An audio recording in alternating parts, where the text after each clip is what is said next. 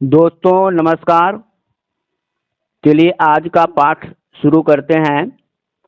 पहला प्रश्न है, उस वृत्ताकार मैदान के व्यास की लंबाई क्या है जिसका क्षेत्रफल 8 मीटर त्रिज्या के एक वृत्त के क्षेत्रफल और 36 पाई मीटर स्क्वायर क्षेत्रफल वाले त्रिभुज के क्षेत्रफलों के योग के बराबर है।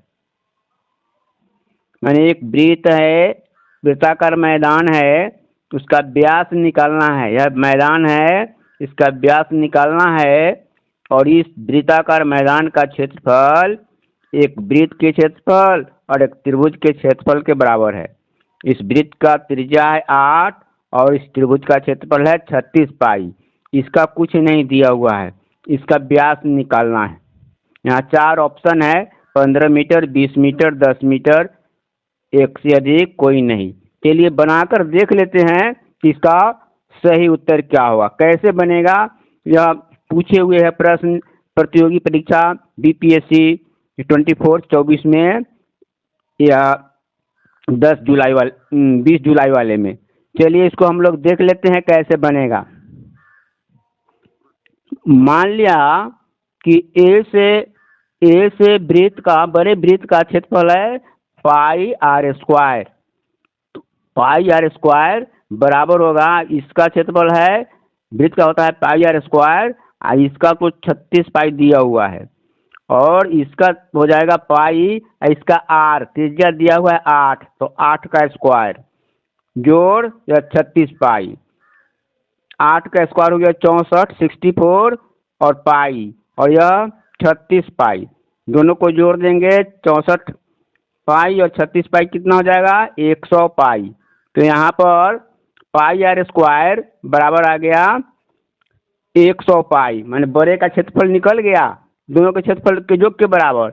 अब दोनों तरफ से पाई कैंसिल कर देंगे, पाई और इधर से पाई कैंसिल हो गया, हमारा बच गया आर स्क्वायर बराबर 100 पाई। कितना बच गया, आर स्क्वायर बराबर 100 बच गया।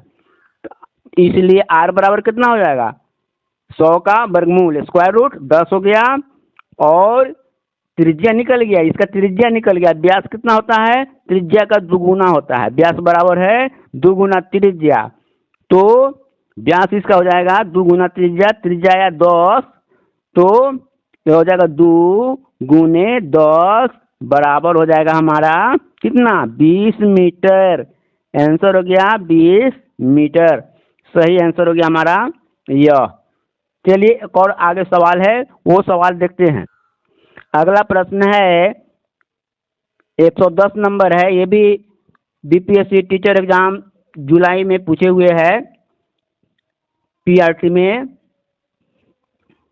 हिंदी, अंग्रेजी और गणित के विषयों की एक परीक्षा में पूर्णांक क्रमशः 120, 140 से 100 है। यानी हिंदी का पूर्णांक 120 है, अंग्रेजी का 140 है, गणित का 100 है। एक छात्र इन विषयों में क्रमशः 40%, 55% और 45% अंक प्राप्त करता है। मैंने इसका 40%, इसका 55% और इसका 45% अंक प्राप्त किया। वह विज्ञान विषय जिनके पूर्णांक, यहाँ पर 3 विषय है, एक विषय पूर्णांक, एक विषय विज्ञान और भी है जिसका पूर्णांक 180 है। अब कहता है कि इसमें कितना अंक प्राप्त करे कि चारों को मिलकर उसका संयुक्त प्रतिशत 60% हो, मैंने चारों विषय को मिलाकर 60% हो। तो विज्ञान के विषय में कितना प्राप्त करेगा अंक, 180 पूर्णांक है, कि टोटल मिलाकर 60% हो जाए। ऑप्शन है ए 156 अंक, 160, 154, डी में उपर्युक्त में से एक से अधिक और इसमें से कोई नहीं। चलिए देखते हैं इसको बनाकर कितना इसका आंसर आएगा सही। देखिए दिया हुआ है हिंदी में प्राप्त अंक कितना किया 40%, पूर्णांक है 120, तो 120 का 40% आ गया हमारा 48। 120 का 40% निकाल लेंगे, 48 आएगा। अंग्रेजी में प्राप्त किया 140 का 55%, तो यह आ जाएगा 77। और गणित में प्राप्त किया 100 का 45% यानी 45, 100 में 45, तो इस प्रतिशत निकल गया इतना इतना, और सबको जोड़ दिए तो यह हो गया 8 7 15 5 20 के 0 हासिल 2 4 2 6 7 13 4 17, 170 नंबर उसको प्राप्त हो गए। अब 3 विषय में, अब चौथा विषय में कितना प्राप्त करे कि टोटल मिलाकर 60 अंक प्राप्त हो जाए। अब विज्ञान है, अगला विज्ञान है 180 पूर्णांक का, 180 पूर्णांक का, ये सब है 120 140 100, सभी पूर्णांकों को जोड़ दिए तो आ गया 540, और 540 का उसको चाहिए 60%, 60%, तो 540 का 60% कितना होगा, 540 गुने 60/100, इसको काटेंगे, हल करेंगे, यह आ जाएगा हमारा 324।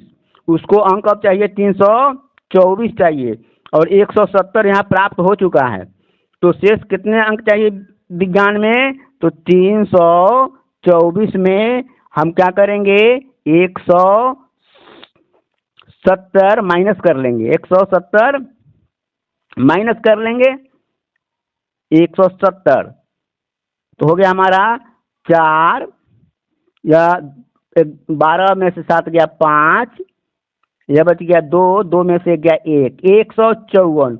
उसको कितना अंक चाहिए, 154 अंक चाहिए। देखिए, देखते हैं किस ऑप्शन में 154 है। देखिए option number C, option number C 154 है, इसका सही जवाब हो गया 154। चलिए अगला प्रश्न देखते हैं, ये भी बीपीएससी शिक्षक के परीक्षा प्रतियोगिता परीक्षा में पूछे हुए हैं, उसको देख लेते हैं एक और क्वेश्चन। अगला प्रश्न है, एक आयत का क्षेत्रफल 30 सेंटीमीटर स्क्वायर है और परिमाप 26 सीएम है, इसकी लंबाई सीएम में कितनी होगी, आयत की लंबाई सीएम में कितनी होगी। चलिए इसको देखते हैं कैसे बनेगा। इसको एक आयत का क्षेत्रफल है 30 सीएम स्क्वायर और परिमाप है 26 सीएम, इसकी लंबाई सीएम में निकालना है। ऑप्शन है 8 10 6, उपर्युक्त में से एक से अधिक, उपर्युक्त में से कोई नहीं। कैसे बनेगा, यहाँ क्षेत्रफल दिया हुआ है, परिमाप दिया हुआ है, इसकी लंबाई निकालना है। चलिए देख लेते हैं। देखिए आयत का क्षेत्रफल कितना होता है, आयत का क्षेत्रफल होता है लंबाई गुने चौड़ाई, एल गुने B, length into breadth, 30 CM square दिया हुआ है, और परिमाप होता है 2 गुने लंबाई जोड़ चौड़ाई, ये भी दिया हुआ है 26, तो 2 गुने लंबाई जोड़ चौड़ाई 26, 2 इधर से हटा दिए, इधर आकर भाग हो जाएगा 26 में, तो 13 हो जाएगा। एल प्लस बी कितना हो जाएगा, 13 सीएम, माने लंबाई जोड़ चौड़ाई का योग, दोनों का योग 13 सीएम है, लंबाई गुने चौड़ाई 30 सीएम है क्षेत्रफल, तो एल निकालना है। देखिए इसको शॉर्ट तरीका से बना लेंगे। जैसे यहाँ पर दिया हुआ है क्षेत्रफल दिया हुआ है 30, एल गुने बी, तो 30 का फैक्टराइज कर देंगे इस प्रकार गुणनखंड कि दोनों को जोड़कर 13 आ जाए। तो 30 को हम लिखेंगे 3 गुने 10, 3 गुने 10 कितना आएगा, 30 आ जाएगा, और जोड़ देंगे तो कितना हो जाएगा, 3 जोड़ 10 बराबर हो जाएगा 13, इतना आ गया। इसलिए उसमें हमारा लंबाई 3 गुने 10, लंबाई गुने चौड़ाई, तो लंबाई हमारा 10 है, ज़्यादा वाला लंबाई होता है, चौड़ाई हो गया 3, तो लंबाई हमारा कितना हो गया, 10 हो गया। इस तरह हम बना लेंगे शॉर्ट में इसको, तो ये हमारा आंसर हो जाएगा कितना हो जाएगा, 10 हो गया। इसका लंबाई कितना हो गया, 10। देख लेते हैं ऑप्शन किसमें 10 कितना आया, 10 आया यहाँ पर, तो इसलिए ऑप्शन नंबर बी हमारा आंसर हो गया, ऑप्शन नंबर बी हो गया 10 सीएम, सेंटीमीटर में निकल गया आंसर, इसलिए 10 सीएम हो गया। इस प्रकार हम इन प्रश्नों को देख लिए, समझ लिए, यह बहुत इंपॉर्टेंट प्रश्न है। इसी प्रकार के प्रश्न प्रतियोगी परीक्षाओं में आते हैं। हम उम्मीद करते हैं कि यह समझ में आ गया होगा, इनका प्रैक्टिस करेंगे। और अंत में आपसे रिक्वेस्ट है कि हमारे इस मैथ लाइन चैनल को लाइक, सब्सक्राइब, शेयर करें। धन्यवाद।